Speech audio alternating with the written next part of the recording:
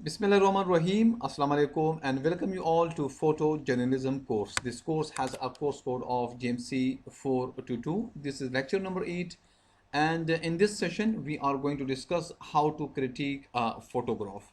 I'm Anwar Khan, lecturer journalism in mass communication department, Cohort University of Science and Technology.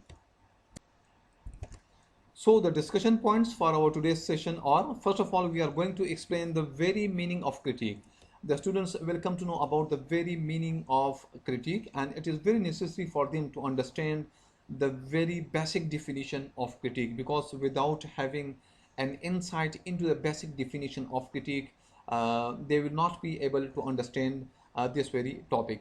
Then we are going to explain the importance of critique, why critique is necessary, why we carry out critique in our everyday life, right? So in the second part we are going to discuss it, and then in the third part we are going to discuss the very techniques or the tools of critiquing a photograph. So these are the 3 points that we are going to discuss in our today's session, and the students will learn it and must learn it because these are our learning objectives as well.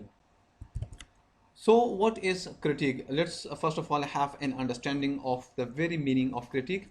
In Cambridge English Dictionary defines critique as the act of giving your opinion or judgment about the good and bad qualities of something or someone, right? So the definition is very simple, that this very dictionary defines critique that when you are giving your own opinion, when you are putting in your own opinion or judgment about the good qualities and bad qualities of something or someone, right?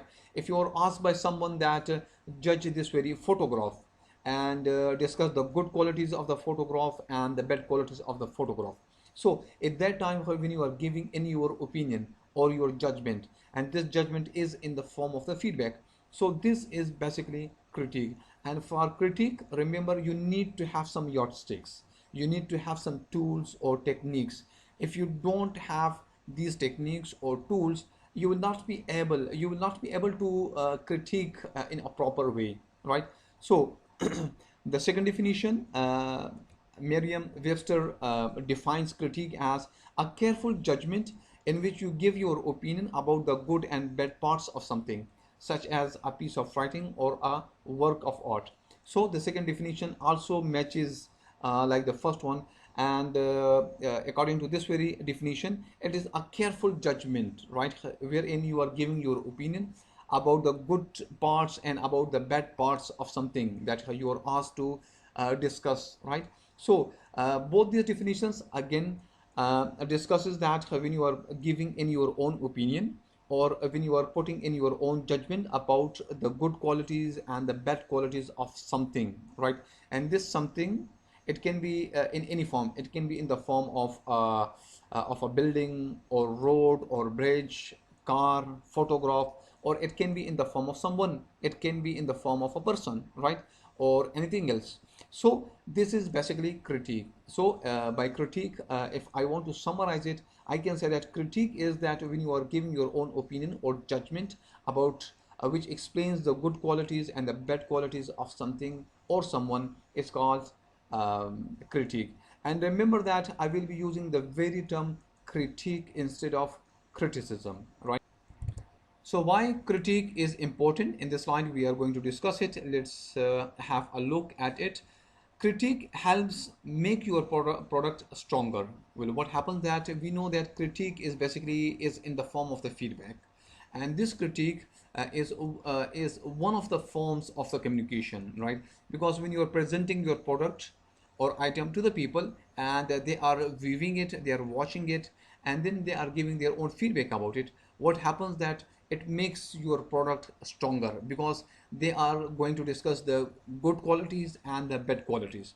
You will you will leave the good qualities and you will remove the bad qualities for your photograph. So that is the reason that we say that it makes your product stronger.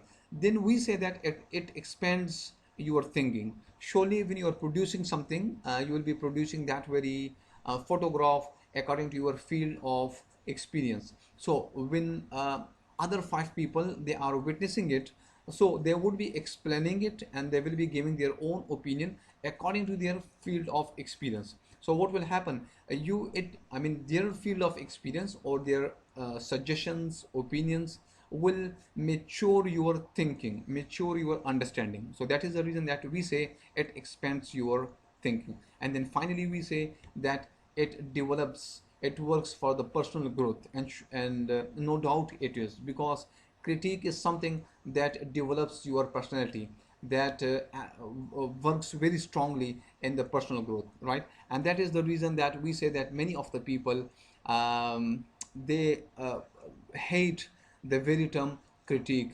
They want that everyone should give a positive remarks about your product, right? But critique is very important in the society. So this very slide is very important, and I can say that it summarizes the whole of the presentation, because it tells you the techniques and the tools of the photo critique.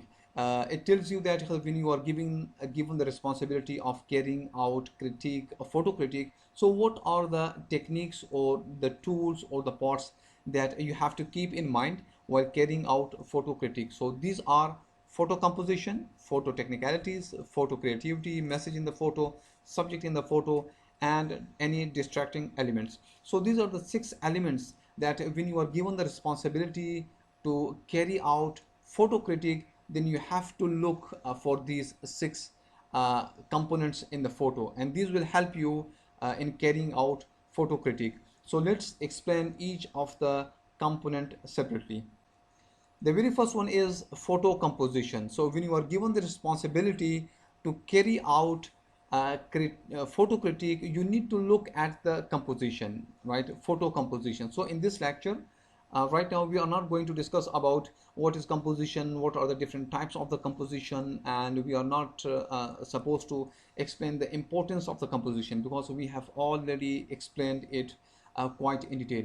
So what happened that the very first thing is that you need to look at the composition, and this composition can be in different forms, like it can be in the form of the rule of thirds, balancing element, leading lines, colors, symmetry, pattern, background, framing, frame within frame, rule of odds, cropping, etc. So when you are, all these are the composition principle or the composition rules, right? So when you are given the responsibility of critiquing a photograph, or you are given the responsibility as a judge, so you need to look at the composition first of all.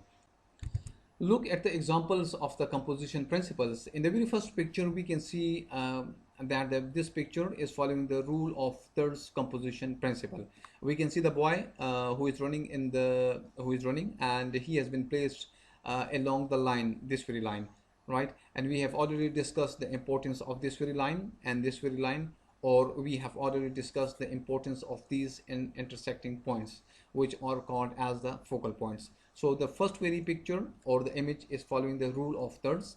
The very second image is following the leading lines. These are the lines, right? And that is the reason that this image looks very beautiful, because of the leading lines. The third image, it is following the symmetry composition principle, right? And again, we have already discussed the symmetry composition principle in the previous lecture. And again, in this one, image number 4, we find the viewpoint composition principle. And these are the principles which are given to us by experts photographers, because these beautify our images. These make our images very interesting, attractive, and appealing, and that is the reason that we try to pursue and follow composition principles in our photographs, right? So the very second component or tool for the photo critique is photo technicalities. When you are carrying out critique, what are the things that you need to keep in mind? So you need to have an understanding of the lens, you need to have information about the lens. Similarly, you need to look at the focus of the picture, you need to understand the exposure of the picture, similarly aperture and shutter speed and other technicalities which happen in the picture, right? So these are the technical aspects of the image that you need to consider while carrying out critique about the picture. So the examples of the photo technicalities, look at the very first image, and in this image we can see that all the information, all the details in this very image is defocus. And this picture, I mean, this is one of the technique of the photo critiquing, and such images cannot be given any kind of space in the print journalism or in the print media as well as in the broadcast media. If it is a picture or if it is a video, it cannot be given space in the print media or in the broadcast media. Fine. So you need to look at the focus. When you are given the responsibility as a judge, you will look at the focus, whether the picture or the video is properly focused or not. Look at the very second image. I mean, this very part, right? This very part of the image, it has the problem of the exposure. It is an underexposed image. And what happened that after making needful, or after correcting the light in this very image, we have this very proper image. So what happens that when you are given the responsibility to critique a photograph, you will need to look at the technicalities of the photo. You will need to look at the focus, you will need to look at the exposure, you will need to look at the aperture, shutter speed, and other technicalities of the photo. If the technicalities are fine, you will say that this picture has good technical aspects. And if the technicalities are poor, you are going to say that sorry, this picture has this drawback. Another component, another tool which is very important is message in the photo. You need to understand the hidden message in the photo. Being a judge, when you are given the responsibility as a judge or expert in the photo critique, you need to dig out the message, right? And that is the reason that we say very important element of the photo critique. And message, basically picture message, speaks about the happiness, it speaks about the troubles, it speaks about the good image of something. Like in this very picture, we are speaking about the good image of the Khyber Pakhtunkhwa, Pakistan, because this is Jil Saif al-Muluk picture, and we are saying that Pakistan is full of the natural beauties, and we are telling the world that Pakistan is a peaceful world, is a peaceful country, and they should visit the natural beauties which exist in Pakistan. So this very picture basically speaks about the happiness, speaks about the natural beauty of Pakistan. But some of the images, they gives and explains some terrible ideas, right, or give some terrible messages. See this picture. This picture is completely different than the first one we already discussed. In this picture, lots of happenings are taking place. The incident has taken place in 1963 in Vietnam, when a Buddhist monk has burned himself because he was protesting against the persecution of the Buddhists in Vietnam, right? So he was protesting that the persecution of the Buddhists should be stopped. So for that very reason, he burnt himself, right? And the incident has taken place in 1963. Look at this very picture. It is a very strong picture with very strong and powerful message. And believe me, it is very difficult for me to explain this very picture, because I was explaining it in the previous semester in the department. It happened with me as well, because at that time I could not explain it. The words did not support it me. And I mean, a very strong and a very strange message we have in this very image. This has taken place in Sudan in 1992, 1993, when a boy, just because of the famine in the country, we know about the Sudan, where wars is going on, where fighting is going on. So there is famine in the country, and lots of other problems in the country. So just because of the famine, this boy was believed to be a girl in the beginning. So he was trying to reach out a UN food camp which was far away from this very place. So he was tired of walking, so he laid his head on the ground, and far away a vulture was standing. And this picture was taken by Kevin Carter, and it was published in famous newspapers of the US, and it won different prizes. and because it became very much popular in the world, and this image is basically asleep on the different systems of the world. It is asleep on the rich people of the world. It is asleep on the rich countries of the world. It is asleep on the cruelties, the war, right? I mean, it is a very powerful picture with very powerful message, and around the world, I mean, everyone felt it. Everyone felt with this very image, because it is a very strong and powerful image. And will you believe that this picture was taken by Kevin Carter, and after 4 months, surely he will be passing through the trauma, and he committed suicide after 4 months. And I mean, a very strange feelings arouses when you see this image, when you see the developed countries, the advanced countries, and they stand for the humanity, they stand for the human well-beings. Then we see another picture of the poor people who do not have facilities of the food, education, health, I mean anything, the even the basic fundamental rights, they do not have it. So this picture is a very strong and powerful message in it. Another element that you have to keep in mind while critiquing a photograph is the creativity in the photograph. You need to check out whether there is the element of the creativity in the photograph, or it is a normal photograph, right? So it is another very important element while critiquing a photograph. Look at this very example and you will come to know that in this picture we have mountains, we have snow, we have greenery over here, and what the photographer is doing, that he is using the element of the creativity, and the shadow of this greenery, these plants and mountain can be reflected in the water, we can see over here. So we can see that it is a very creative picture taken by the photographer. See this example again, a very lovely and attractive picture, and you can see the colors in the sky, and then these colors are produced in the water. The shadow of these colors are in the water, we can see it, and again the shadow of the trees over here, and then over here again the shadows of the trees over here. So it is a very lovely picture again, and it is just because of the element of the creativity.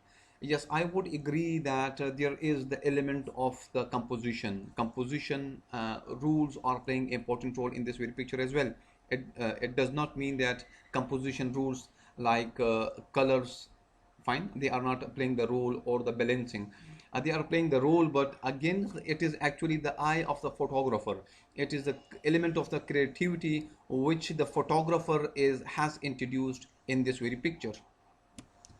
Then we have subject in the photo, that when whether the subject in the photo that you are focusing is properly focused, sharp and correctly framed or not.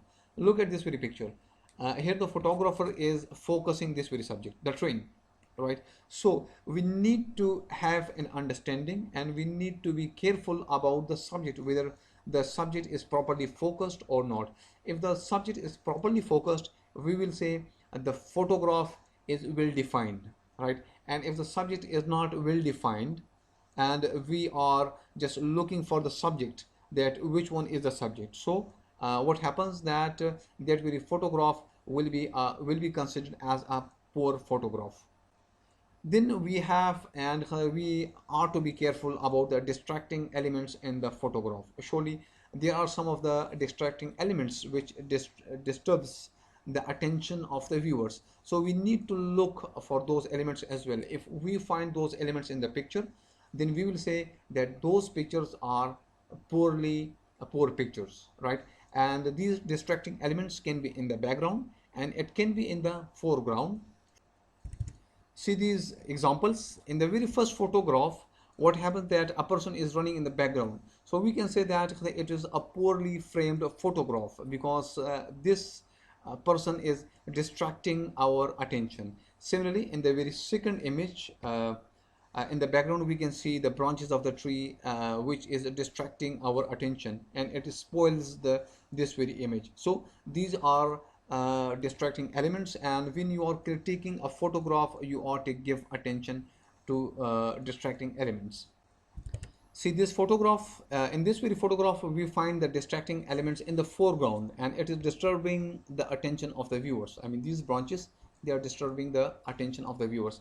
In the previous slide we discussed the distracting elements in the background, while this very image is the example of the distracting elements in the foreground. So thank you very much, and this is the end of the session, today's lecture. Let me revise again what we have discussed in our today's session. So first of all, we came to know about the very definition of the critique, and then we came to know about the importance of the critique, that what is the importance of the critique. And then we discuss different tools or the techniques of photo critiques, and we also came to know that these critiques, these tools are very important, because without it you will not be able to properly critique a photograph. And when you are given the responsibility to critique a photograph, so these techniques, these tools will help you a lot in carrying out your critique. So this is the end of the lecture, and it will be uploaded on the cast server. If you have any query, any question, please comment, uh, paste your question in the comment box. I will be there to answer it. See you in the next lecture. Till that, Allah Hafiz.